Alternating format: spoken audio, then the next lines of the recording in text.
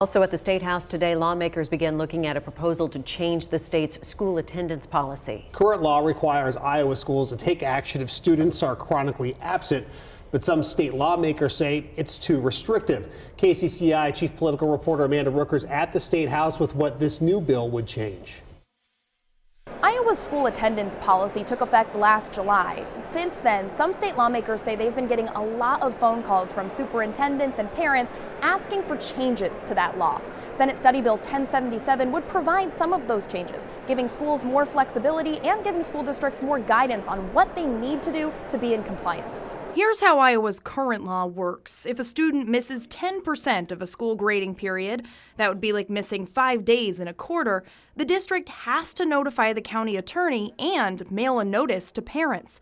This Senate bill would remove that mailing requirement. There are school districts who have boxes full of certified mail letters that have been returned and not signed. And that's not only costing the district money, it's not doing any good. Current law also says that if a student misses 15% of school days in a period, the school has to set up a meeting with the student, parent, and a school official to develop an action plan. If the plan is violated, the county attorney can get involved.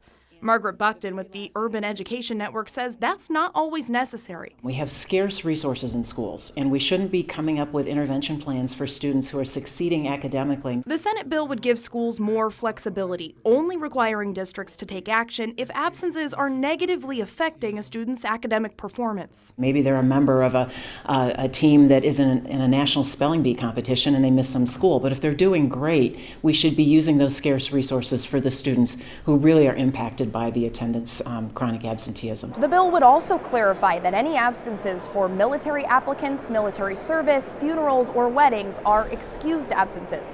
The bill passed through a Senate subcommittee today. That is just the first step in the legislative process. In order to become law, it would need approval from the full Senate, the full House, and the governor. From the State House, Amanda Rooker, KCCI 8 News, Iowa's news leader.